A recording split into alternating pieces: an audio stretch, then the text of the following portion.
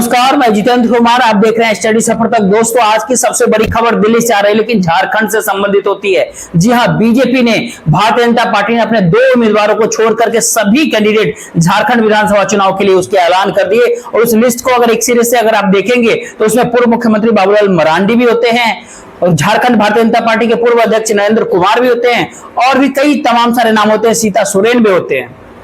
और सरयू राय की सीट तो भारतीय जनता पार्टी के कोटे में गई थी, वहां से भी अपने कैंडिडेट के नाम का ऐलान भारतीय जनता पार्टी ने कर दिया है। क्या है उस पूरे लिस्ट के मतलब? और झारखंड के विधानसभा चुनाव में बहुत खबर यह भी निकल करके आ रही है कि झारखंड के भारतीय जनता पार्टी अनुराग गुप्ता को केंद्रीय एजेंसी यानी केंद्रीय राजीव कुमार का आयोग ने उसको बदल लेने की फैसला लिया था। डीजीपी की बदलने की चर्चा अभी हो ही रही थी कि तत्काल बाद भारतीय जनता पार्टी की लिस्ट जारी हो गया। दोनों विषयों पर आज बात करेंगे, तथ्यवार तरीके से बात करेंगे। पैनी नजर है झारखंड के विधानसभा चुनाव को लेकर के और महाराष्ट्र के चुनाव को लेकर के, तो इसी पर आज बात करेंगे। और झारखंड के भीतर कहीं ना कहीं बहुत ही बारीकी तरीके से समझने की जरूरत है। भारतीय जनता पार्टी की इस लिस्ट को देखने के बाद अगर आप देखेंगे, उसको समझेंगे, तो उसके भीतर बाबूलाल मरांडी को टिकट जैसे दिया जाता है, और बाबूलाल मरांडी के कैंप को भी कई हद तक उनके पार्टी के जो उनके साथी होते हैं उनके टिकट। चंपई सोरेन जो भारतीय जनता पार्टी के भीतर नई एंट्री हुई है, चंपई सोरेन का मुख्यमंत्री पूर्व मुख्यमंत्री चंपई सोरेन का, उनको भी टिकट दे दिया गया भारतीय जनता पार्टी की ओर से। सीता सोरेन को भी बीजेपी की तरफ से टिकट मिल गया। और विधानसभा अध्यक्ष सीपी सिंह को भी राज्य से टिकट दे दिया गया है। एक नाम झरिया से रागनी सिंह को टिकट दे दिया गया है।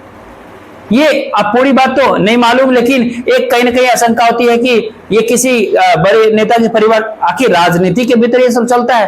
पूरी सीटों का झारखंड के भीतर का लिस्ट होता है, पूरा खाका होता है। उसको एक पल के लिए अगर आप देखेंगे तो हम वो दिखाएंगे। सबसे पहले इस बात समझिएगा, पूरे सीटों की निचोड़ क्या होता है। ओवरऑल बात करें तो भारतीय जनता पार्टी के भीतर एक कहते हैं ना कि एक कोई आलू वाला चश्मा को देख लेता है लगा करके कि जीत का प्रतीक होता है कोई। यूपी के मुख्यमंत्री के लिए क्या हुआ था, बनारस में क्या कुछ होता है, उत्तर प्रदेश का मुख्यमंत्री योगी आदित्यनाथ एक जाते हैं दिल्ली, और दिल्ली पे एयरपोर्ट पे उतर करके जो काला चश्मा पहनते हैं और उतारते हैं, तो उतना ही में मुख्यमंत्री की झलक यानी विजय मुद्रा, विजय संदेश बीजेपी के भीतर हो जाता है। वही चंपई सोरेन दिल्ली के भीतर 2 दिन से डेरा डाले हुए थे। जब वो रांची आज पहुंचे हैं, शाम को ही रांची आए थे, तो काला चश्मा का फोटो होता है। वो फोटो जब आप देखिएगा ना तो आप हैरान हो जाइएगा कि काला चश्मा पहन करके, अब काला चश्मा पहन कर चंपई सोरेन का विजय मुद्रा है बीजेपी के भीतर। काला चश्मा लोगों को ज्यादा पसंद आता है नहीं आता है हमें नहीं पता, लेकिन काला चश्मा और इस विजय प्रतीक जो है चंपई सोरेन के लिए बीजेपी के बाप बेटे दोनों को टिकट मिला है। चंपई सोरेन बेटे के टिकट के लिए गए थे दिल्ली, टिकट दिलवा करके बेटे के लिए लेकर गए थे, बेटे के लिए भी। दूसरी बात होती है, नरेंद्र मोदी जी बार बार परिवारवाद के ऊपर हमला करते रहते हैं।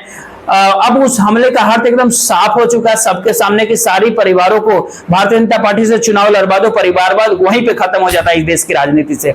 जी हाँ, परिवारवाद का जबरदस्त बोलबाला होता है। पत्नी होता है, बहू होता है, बेटी बेटा सब होता है, दामाद होता है, सब होता है ये एक दूसरे के में। तो एक एक करके आपको बताते हैं कि झारखंड के इस जो लिस्ट बीजेपी ने जारी किया झारखंड के विधानसभा चुनाव के में, सब उस लिस्ट को भी देखिए कि सबसे पहले बाबूलाल मरांडी। झारखंड में इस समय 2 कैंप है। एक कैंप ये होता है, उस कैंप के भीतर चंपई सोरेन और हेमंता बिस्वा शर्मा है, जिसका झारखंड से लेना देना नहीं है। हेमंता बिस्वा शर्मा का असम से है वो, लेकिन झारखंड के भीतर जाके बैठ गया। बीजेपी का जो झारखंड के जो कैंप होता है वहां का लोग बेचारा बना हुआ, लेकिन पहला नाम बाबूलाल मरांडी का होता है। पूर्व मुख्यमंत्री और प्रदेश अध्यक्ष भी है बाबूलाल मरांडी को टिकट मिल गया है। राजमहल से अनंत कोटा करके उनको उतारा गया है। लोबिन हेम्ब्रम एक जेएमएम के नेता होते हैं, और उसको धीरे धीरे आपको, तो लोबिन हेम्ब्रम जेएमएम से एमएलए थे, लेकिन वो पूरे के पूरे 5 साल जेएमएम से नाराज रहे, बार बार विधायक दल की बैठकों से दूरी बनाते रहे। आखिरकार कुछ ही दिनों पहले ये बीजेपी के अंदर शामिल हो गए, भाजपाई हो गए, भारतीय जनता पार्टी के भीतर आ गए, तो उनको अभी टिकट मिला है। उसके बाद लिट्टी पारा से बाबू खर मुर्मू करके होते हैं, नवनीत हेमकर का नाम होता है। शिकारी पारा से परितोष सोरेन का होता है। नाला से माधवी चंद महतो होते हैं। और उन तमाम सीटों के ऊपर फिर से हम बातें करेंगे, लेकिन पहले ही देख लीजिए। फिर सीता सोरेन होते हैं, लोकसभा चुनाव 2024 में हार गए थे। हेमंत सोरेन की भाभी, इनको जो है जामताड़ा से विधानसभा चुनाव में उतारा है बीजेपी ने, भारतीय जनता पार्टी ने। यहाँ पर कहीं ना कहीं एक सीता सोरेन के लिए एक झटका होती है कि वो अपनी बेटी की पॉलिटिकल एंट्री चाह रही थी, लेकिन वहां पर बेटी के बजाय हेमंत सोरेन के परिवार की जो मतलब बहू का वहां टिकट मिला है। जामा से सुरेश मुर्मू होते हैं, जामुंडी से एक बात और आपको बताते चले, निशिकांत दुबे। जी हाँ, निशिकांत दुबे की नाम बहुत आता था, उसकी एक डिमांड मानी गई, और डिमांड भी आपको बताएंगे इस वीडियो में कि कोई ब्राह्मण चेहरा उनके बराबर, उनके मुकाबले न कोई सामने खड़ा हो पाए। कोडरमा कोड्डा जो पूरा इलाका होता है देवगढ़ के आसपास का, और उस इलाके में चाहते कोई ब्राह्मण नेता पैदा ना हो, उठकर खड़ा ना हो। इसीलिए बड़े नाम को, जो बड़े तैयारी, चुनाव की तैयारी में झारखंड विधानसभा चुनाव के भीतर लगे हुए थे, उसको निपटा दिया कहीं ना कहीं भारतीय जनता पार्टी ने, बीजेपी ने। लेकिन बाकी निशिकांत के मुखर विरोधी को टिकट दे दिया गया। निशिकांत दुबे के लिए कहीं ना कहीं हैरान करने वाली बात है ये स्थिति के भीतर। निशिकांत क्या खेल करेंगे, वो बीजेपी को हरवाएंगे या उनके लिए मेहनत करेंगे झारखंड के विधानसभा चुनाव में, क्या कुछ करेंगे निशिकांत दुबे। खैर, ये मतलब किस तरफ इशारा होता है। एक बात और बताते हैं इस भीतर कि दुमका के भीतर सुनील सोरेन, जामा सोरेन मुर्मू होते हैं, देवेंद्र कुमार साहब होते हैं जरमुंडी से। ये जो सीटें होती है जरमुंडी सीट पर जो है ये साहब होते हैं। उसके बाद जो जरमुंडी से देवेंद्र कुमार साहब होते हैं, इनकी टिकट के ऊपर ऐतराज बिल्कुल भी नहीं था निशिकांत दुबे को। ये अंदर खाने जो खबर चलती है उस खबरें के मुताबिक उस खबरों पर अगर यकीन करें तो ये कहीं ना कहीं सच होते हैं। वो पक्ष में थे वहां पर टिकट के लिए। उसके बाद मधुपुर से श्री गंगा नारायण सिंह को टिकट दिया गया है बीजेपी की ओर से। उनके नाम पर भी कोई ऐतराज नहीं था, इसके नाम पर भी सहमति थी, निशिकांत दुबे की सहमति कहीं ना कहीं थी। और उसके बाद एक सीट आपके सामने आएगा, लेकिन आपको बता दें कि जो पौरैया हाट का एक सीट होती है, वहां से देवेंद्र नाथ करके हैं, उनको पौरैया हाट से टिकट दिया गया है। इनको भी देवेंद्र सिंह पे, देवेंद्र कुमार पे, गंगा नारायण सिंह पे, इन सब पे ऐतराज नहीं था निशिकांत दुबे को, क्योंकि ये ब्राह्मण चरण थे। पौरैया हाट में एक नेता होते हैं सीताराम पाठक। सीताराम पाठक कहीं ना कहीं बड़े शिद्दत से चुनावी तैयारी में लगे हुए थे झारखंड के भीतर, लंबे समय से क्षेत्र में सक्रिय थे और टिकट के सबसे मजबूत दावेदार भी माने जा रहे थे। सीताराम पाठक को निपटा दिया बीजेपी ने।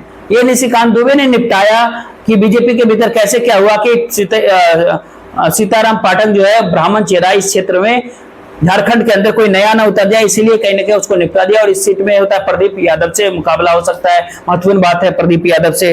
तो सीताराम पाठक वहां पर मजबूत ज्यादा साबित हो सकते थे, लेकिन सवाल है कि यहाँ पर निशिकांत दुबे ने लगता है बीजेपी को कहीं ना कहीं निपटाने का प्रयास किया है, इसीलिए जहां पर नहीं चला। भारतीय जनता पार्टी के भीतर टिकटों के जब बंटवारा के वितरण में आप देखेंगे तो सारठ के भीतर आप देख सकते हैं रणधीर कुमार सिंह करके होते हैं व्यक्ति, वो बिना लाग लपेट के खोल करके निशिकांत दुबे के खिलाफ अपनी आवाजें बुलंद करते रहे, बोलते रहे। 2024 के लोकसभा चुनाव के दौरान भी कहीं ना कहीं मुखर विरोध किया था। निशिकांत दुबे का विरोध करके भी रणदीप सिंह को टिकट मिल गया है, यानी कि भारतीय जनता पार्टी, भाजपा इस बार सिटिंग एमएलए का टिकट काटने में बीजेपी के, भारतीय जनता पार्टी के पैर हिल गए झारखंड के भीतर, और अपने बारे में निशिकांत दुबे की मुखर विरोधियों को टिकट देना पड़ गया है भारतीय जनता पार्टी को। देवघर से जो रिजर्व सीट होती है वहां से नारायण दास, जी हाँ, नारायण दास भी निशिकांत दुबे की मुखालफत खुलकर के किया करते थे। ये दबी जुबान वाली बात नहीं है, जो खबरें के मुताबिक माने तो उनको भी टिकट दे दिया गया है बीजेपी की तरफ से। और गोड्डा का जो सीट होता है, गोड्डा से अमित कुमार मंडल को भी नहीं चाहते थे कि टिकट मिले निशिकांत दुबे, लेकिन उन साहब को भी टिकट मिल गया है गोड्डा से, गोड्डा विधानसभा सीट मिल गया है।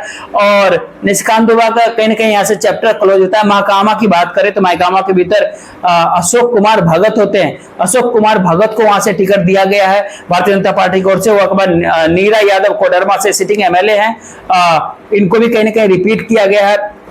2019 में भी जीत के आए थे। परकट्ठा से बड़ी से मनोज यादव होते हैं, बड़का गांव से लुसनलाल चौधरी साहब होते हैं। उसके आगे देखिएगा, इसके बाद तो आप कह सकते हैं रोशनलाल चौधरी, और उसका हजारीबाग आता है, महत्वपूर्ण सीट होता है। हजारीबाग से प्रदीप प्रसाद होते हैं, प्रदीप प्रसाद हजारीबाग से। अमित मंडल भी सिटिंग एमएलए होते हैं, उनको भी रिपीट कर दिया गया है कहीं ना कहीं। इसके बाद आप सिमरिया का देखेंगे, सिमरिया से उज्जवल दास मैदान में होते हैं। इसके बाद आगे बढ़कर के अगर आप देखेंगे तो आप वहां पर राघेंद्र महतो होते हैं, जमुआ से मंजू देवी होते हैं। जमुआ सीट पर जो मंजू देवी होती हैं, ये मंजू देवी कहीं न कहीं पिछली बार जमुआ से कांग्रेस की प्रत्याशी रही थी, शायद 19,000 वोट से कांग्रेस के प्रत्याशी के रूप में ये विधानसभा चुनाव झारखंड का हार गए थे और केदार हाजरा से हार गए थे। केदार हाजरा में लगातार 3 बार एमएलए बने थे, 3 बार विधायक वहां थे, वहां से मंजू देवी हार गए थे केदार हाजरा से। और मंजू देवी कहीं न कहीं कहना कि 3-4 दिन की बात है कि भारतीय जनता पार्टी को ज्वाइन के 3-4 दिन पहले, और मंजू देवी को टिकट दिया गया है भारतीय जनता पार्टी की ओर से।